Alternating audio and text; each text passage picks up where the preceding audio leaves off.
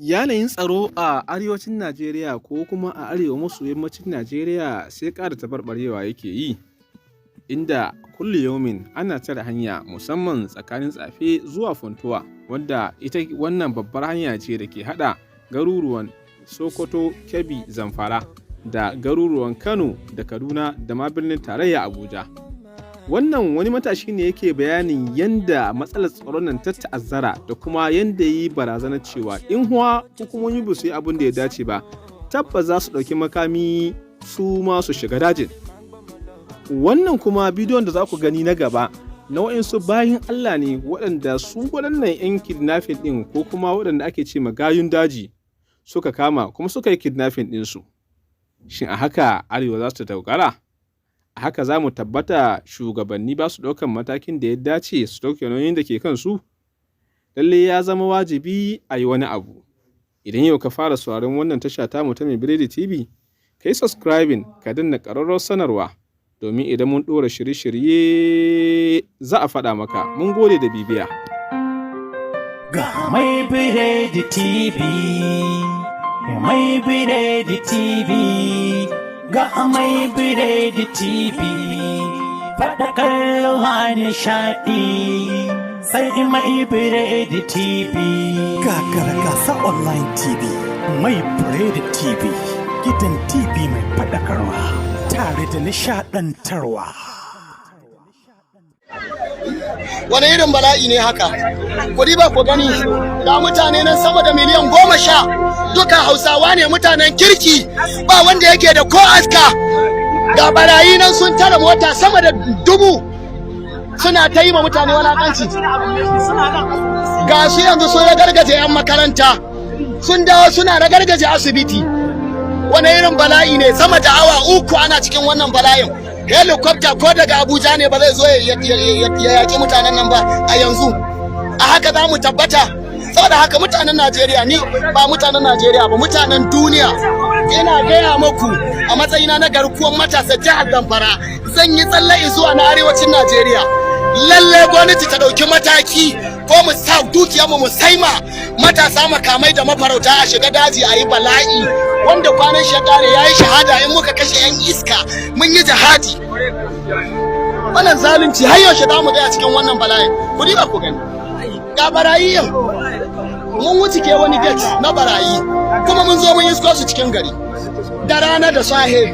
Awa nawa a haka shekara 10 wani abu muna cikin wannan bala'in. Me kuke nihi? Wallahi ba za mu kai shekara 20 cikin wannan bala'in bayan Allah yadda, tunda Allah ya ruha mu asiri. Dama hada talauci yake hana mu yi yaƙi da kowaye, to kuma yanzu Allah ya ruha mu asiri, kuma ni bancin tsoron kowa. Lallai duniya ku shaida, mun gaya ma gwamnatin Najeriya gaskiya, ko su ɗauki mataki ko mu saba doka kamar yadda 'yan ta'adda suka saba doka suka nemi makamai, za mu je mu nemi makamai mu yaƙe su. Bai yiwuwa a ce ga sunan 'yan ta'addan nan su kashe sojoji, su kashe 'yan sanda, su ɗauki makamai su shiga daji, 'yan jarida su hira da su, gwamnati na kallon su, suna magana a intanet, suna nuna makamai, amma ba a ɗauki mataki ba. Sai mu da mun zo mun gama gwamnati gaskiya, a zo a ce za a kama mu, uban da ya raga mu gada Allah shi raga mai, uban da ya wasu kama mu uban shi ya ci da makura uba shi. A zaluman banzayen iska, sama da awa 3 ana bala'i wuri guda, an tara sama da mota kadai, an tara sama da 10,000 ma. Ga al'umma nan, Allah kada ya san ya kawai da aka kashe yanzu, ba mu san ya wayan da aka kidnapping ɗinsu ba. Babban titi, cikin foyin gaba cikin foyin baya, uban da ya ƙara kawo cikin foyin a ƙasan nan ma uban shi ya ci babban bura uba shi. Daji muke so a shiga yaƙe su, mu daji muke so a shiga yaƙe su. Wannan azzaluman banza.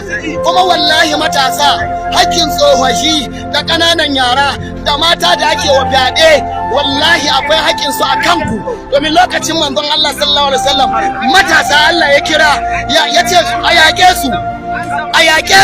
To matasa, addu'a da kuke yi ba ta isa, domin annabi sallallahu alaihi wasallam sai ya yi addu'a ya ɗauki takobi a je a yaƙi 'yan ta'adda, a yaƙi azzalumai, a yaƙi kafurai.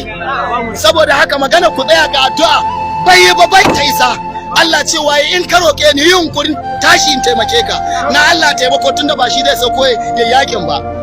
tunda haƙƙinmu yana kan gwamnati ba ta yi ba, matasa haƙƙin tsohohi da mata da ƙananan yara yana kan kudan kuke iya neman yanci ba su ba.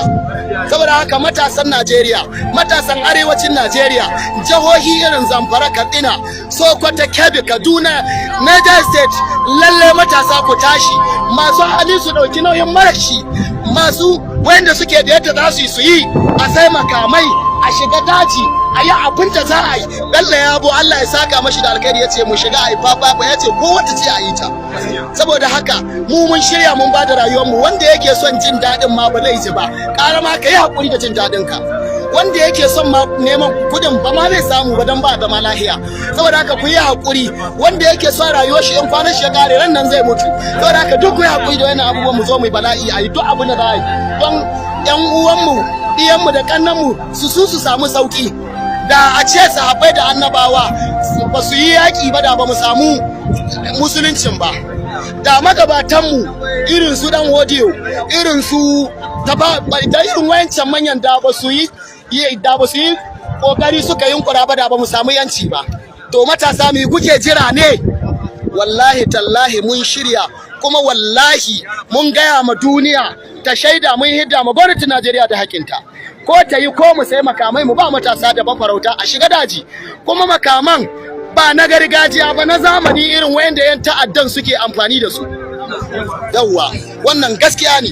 Ina magana yanzu a mamadin wayannan jihohin na arewacin Najeriya, domin Zamfara ba ita kare take cikin wannan bala'in ba. Azaluman banza yin iska, macuta, maciya amana. Kuma wallahi matawalla ministan tsaro ka sani, ni Kwamar Basiru Umar ga ko matasan jihar Zamfara ina kalubalantar ka, domin Tinubu ya baka ministan tsaro ganin halin da yankin ka yake ciki, amma saboda kai azalumi ne, ba Allah a ranka, baka amfana mu yankin komai ba, asali ma baka so a zamu zaman lahiya. Azalumin banza maci amana.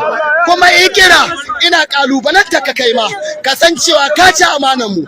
Duk dan siyasar da ya ci amanan mu, Allah ya ci tashi, Allah ya wulakanta shi, Allah ya kaskanta shi, Allah ya isa ba mu yahe muku ba azaluman banza. Kuma uban da ya raga mu uban shi ya ci babbar bura uba shi. To, muna je. Wannan matsalar da gwamnati ta jaza mana. Ita ta ja mana wannan matsala. Da ta ɗauki 'yan banga aiki, suna aikin, suke aikin ta'addanci da wannan. Har daga wani gonakan nan da ake yi duku fada. Duka gashi za a zo saboda Allah a da muna zaune da Fulani lafiya, muna huɗa ta mutunci. Su zo su zauna mai wasa da dariya da su, sabga ma idan ta kama akwai wanda zai taimaka maka da abin da za ka yaki ka gidanka. Mun yi haka, mun yi wannan hudda ba mu san iyakarta ba. To gashi gwamnati ta zo ta haɗa mu wannan bala'i. Allah, gwamnati ita ta assasa wannan, ita ta haɗa. Ya kamata a ce a Najeriya kowa nata ne. To ya kamata a ce ta kama ta haɗa ta riƙe. To sai ta nuna a'a ga tsarin da take so, to wannan tsari nata shi ya jawo mana wannan bala'i.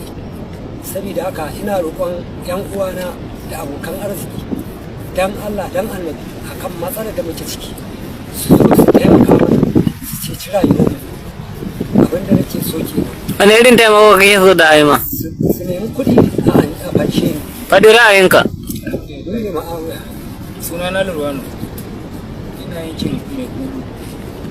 Gaskiya wannan al'amarin tsakani da Allah babbar damuwa daya matsalar gwamnati ce, saboda ta dauki waɗanda wani ko sunan shi bai iya rubutawa, kuma an ce wai a matsayin ma'aikaci ne, kuma ga baki ɗaya dukkan al'ummar Najeriya kasance suke, gwamnati kenan ita ke da haƙi akan kowa.